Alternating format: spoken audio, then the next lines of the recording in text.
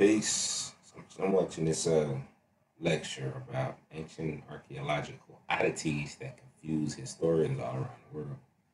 And the dude is honest, which is rare from a lot of these archaeologists. So I'm gonna show y'all a couple things he says so y'all get a better understanding of history as so-called black folks. Right? Their main place, and the people who are doing this were called the Cam people, C-H-A-M, Cam, or it could be K-A-M too. The Cam were this mysterious people who and their capital was actually this island here called Kulau Cam. It's a little island off of Da Nang. That was their main base. And there were these seafaring guys. And it's from them that we get. Let's put that out there. Moor means seafarer, captain of a ship. Okay, so you see the roots of English words, or Reader's Handbook to word origins. Go straight to the money shot. I'm not gonna waste your time. Mori, body of water, question mark. Sea, whence, G-E, mer, in Britain, lake or pond, all right? Waterlog, morass, Latin mare, sea, marine, maritime, Italian, marina. Sailor style, more means captain of a ship. Watch. This root could only have meant sea. Only if the IEs were a maritime people, which few authorities believe. The IEs, the Mories, the Morians, were a maritime people. That's why the word is associated with water. So anytime you see where it says more means body of water, that's because the people were a maritime people that conquered the waters. So we name the waters after ourselves. Peace. Words like Cambodia, Kampuchea, Cam. The ancient word in Egyptian for Egypt was Kemet. That's what the Egyptians called they didn't call themselves Egyptians, or Egypt. They called it Kemet, Cam. So here's the same word. And in fact, there seems to be a very strong connection between ancient Egypt and these Cam people. So if you go to the museum of the Cam in Da Nang, the Cam were Hindus and Buddhists, apparently. Here's like a kind of Shiva guy. Notice the big earlobes on him. Buddha is always... Notice the big nose and the big lips. But he's going to tell the truth. Watch. Is depicted as having these very long earlobes and things like that. Here's another Cam statue, big earlobes on him. He's also got the kind of kinky hair and kinky, nappy, listen. And a broad nose and lips. Many of the Cam look very African, actually, like as they're like Negroes, basically. Hear how hard it was for him to get that out? African Negroes. Kinky hair and a broad nose and lips. Many of the Cam look very African, actually, like as they're like Negroes, basically. Here's another unusual Cam statue. This would be of Shiva, one of the Hindu Trinity, big earlobes. Notice the third eye on his forehead there. So these are these Cam guys. He's also wearing his head like the sadhus do in India. The sadhus wear their hair in a really long, they grow their hair very long. Yeah, well, like dreadlocks, but then they tie it up in a bun, yeah, on top of their head and knot their hair, their long hair up here. And that's also kind of what you have at Easter Island. They all have these top knot things. So when you see that kind of thing, so the Cam are wearing their hair like this too. See, dreadlocks. Like dreadlocks. Well, kind of dreadlocks.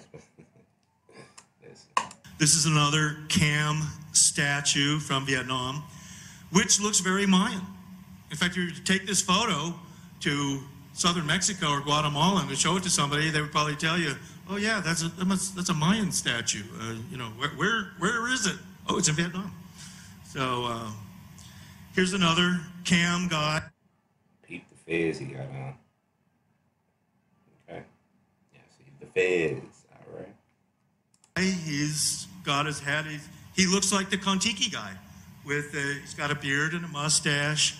He's got his meditation beads there he's working with. Here's another Cam statue of probably Parvati, the consort of Shiva. Big long earlobes and stuff there too. And you go to Cambodia and Angkor Wat. This is Angkor Wat again, and this would be Buddha with the big earlobes carved. And do modern Chinese people have those big lips and big noses like that? Okay. And they've got the excuse me, Asian. No disrespect. The metal clamps there too.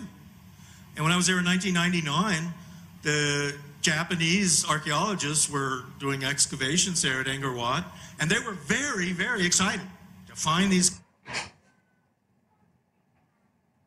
He was talking about those key shapes in the stone, which is found all around the world. So that's why he was going in on that. Let him continue. There's another site that's a Cam site. It's called Preah Vihear, and it's on a mountaintop in the very northern part of Cambodia, right on the border with Thailand. And tourists couldn't go to this site until just a few years ago, because the Thai army and the Cambodian army were sort of fighting over this site and as the border. Finally, the United Nations stepped in and said, this is Cambodia, not Thailand. But the Thai army is still there. So tourists can now visit the site, although you have to go through a military checkpoint. It's on top of a mountain, like Machu Picchu. And here's also the wall. Remember we saw the wall of 3 windows at Machu Picchu? It's the same thing. It's almost identical here at Preah Vihear. It's thousands of years old, big lichen patches, huge doorways, perfectly fitted blocks of stone. It's an amazing place. If you are in, say, Cambodia and Angkor Wat, do try and go to Preah Vihear if you can. It's on top of a mountain. And what's there, again, are the same key stone cuts. You can see them on this block here. If you look, I'll give you a close-up. There you are. The exact same kind of T-shaped cuts of these megaliths that we see at Pumapunku in the Andes, also at My Son in Vietnam. So here, yeah, this unusual way, the same people and architects are building all of these huge. Here's another one. See these T-shaped cuts and the clamps. So the same thing is going on here in Cambodia as is going on in Peru and Bolivia. All right, let's go back to Bolivia. So you see the same thing going on in Peru, same thing going over there in Asia, same thing in Egypt. Same architects built the same stuff. You understand? Hold on, we still ain't through. Okay, now watch this. This is a pyramid over there in Asia that they don't acknowledge. See? You can see this in the distance. It's to the west of Tiwanaku. And he said, oh yeah, that's this pyramid over there, man-made pyramid. But the Bolivian government hasn't recognized it yet, and the villagers in the village are looting the pyramid right now. And I thought, wow, that's interesting. Let's go, can we drive up there? And I wanted to see it. So we turned off the main road, and we're driving down this dirt road towards this pyramid. And there's a little village there. But just as we kind of got to the edge of the village, he said, oh, we can't really stay here. He said the villagers don't like it. They don't want tourists coming here. And they don't want the government coming there either. And yeah, he said, oh, we got to turn around and we got to go. because, yeah, the villagers, well, they're looting this pyramid, and they don't want people to see that. Well, one of the things that came out of this pyramid, apparently, and all of this area around Tiwanaku, is this. This is what I wanted to show you. A lot of us got a problem with Islam, and we got a problem with, our head wraps, turbans. Watch what he says. It's called the Pokatia monolith, and it's about 4 feet high. It's broken in 2 places, and it's made out of granite. He's got a turban on his head, and on his thigh. He's got a turban on his head, but I thought Islam and which the turbans are associated with Islam, right? No, I thought they started in after Christianity in 500, whatever. But we got statues that's much older than that. People got turbans on. I showed you earlier. Kinfolk had a fez on. So let's keep going. Is Sumerian writing on his Sumerian writing. Sumerian. Okay. On its thigh. Sumerian writing. And it was found at Tiwanaku. And in fact, you cannot see this. I've seen it and looked at it because Ancient Aliens, we went to the Gold Museum in La Paz, and they brought it out of a vault for us to look at and film. So but you cannot go and see this in a museum. They don't display it. Here's the Sumerian writing that's on the thigh of this statue. Sumerians wrote in high. You see, Sumerian writing. Got a turban on, right? Okay, hold on. I ain't talking about this bowl that was found by this guy, right? And how this bowl, it got Sumerian writing on it, and this was found in South America, right? South America. Watch what they say.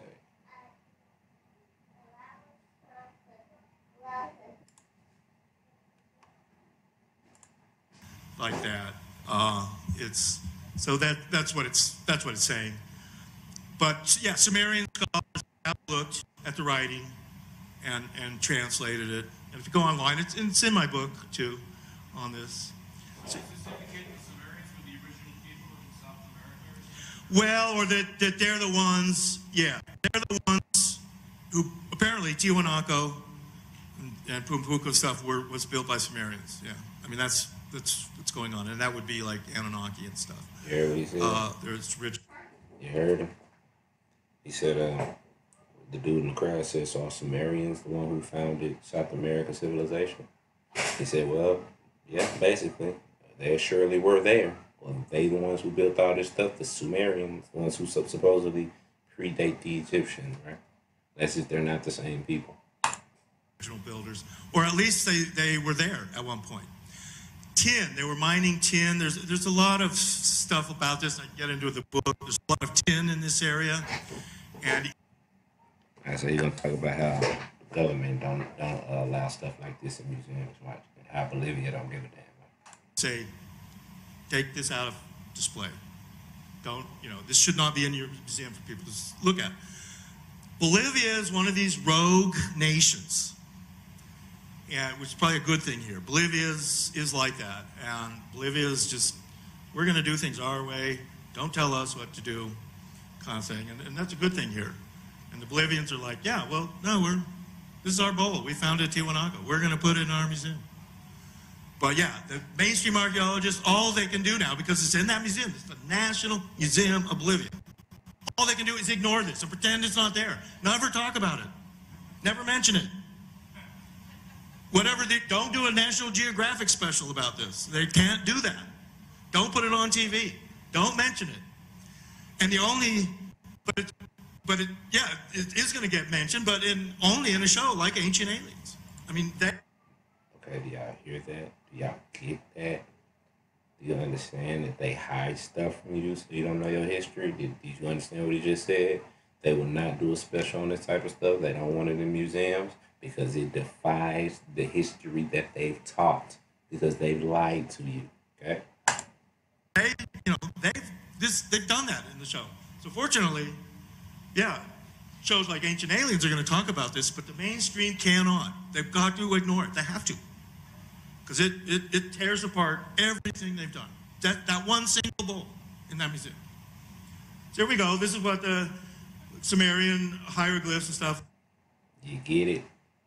Now watch it. He's still going. Hold on. look like. Now the Olmecs themselves were not really known until 1940. In 1940, archaeologists were brought from all over the world to Mexico City to a big conference where they announced this new civilization, the Olmecs, the rubber people. They're pre-Mayan. And many of the things that we ascribe to the Mayans were invented by the Olmecs. And the Olmecs often look like they're these African looking. Yeah, how many he hit before he said guys, big, wide noses and lips. They're often wearing these, like they're these African-looking guys, big, wide noses and lips. They're often wearing these helmets. Other Olmecs also look different. They're bearded, kind of Phoenician-looking guys, huge boulders, giant heads. And some of the Olmec stuff is in Guatemala. Olmec things have been found all the way to Costa Rica, and they're on the Pacific. The Olmecs are on both the Pacific and Atlantic sides of Mexico, essentially. And many of these heads were buried. Some were defaced. They're very, very finely made. They're made out of basalt. They weigh about 20 tons. They're called the colossal heads. They have there's about 20 of them that are known.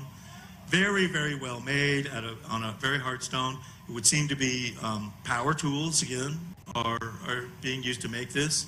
They would just find these giant heads in the jungles. This is the oil area of Mexico, too, so that they would use bulldozers. The oil companies would go in with bulldozers and stuff, and then they would pick up these giant heads buried like in the jungle. And at La Venta and other places, that they were very well-planned cities with plumbing and aquatic systems and sewers and stuff like that. Very, very sophisticated. So the whole Olmec area is this isthmus of Tehuantepec, the narrowest part of Mexico. And in fact, at one point they were going to do, before they built across this part to link the Pacific. But so the Olmecs were on the Pacific coast and the Atlantic coast. This is one of the Olmec statues too that's in Jalapa, Mexico, near Veracruz. He looks very Egyptian, and in fact, he's got a false beard, as the Egyptians would wear that too. These false beards. He's got a kind of pharaoh kind of headdress. Very unusual looking statue. He's an Olmec. The Olmecs were the rubber people. They're the ones that literally created the rubber balls and the ball games that the Mayans were famous for. These rubber ball courts are as far north as Utah.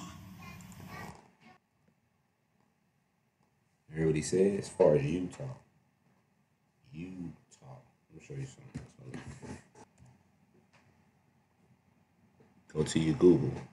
Google exotic map of America. Remember he said all the way up to Utah. Right? Watch this.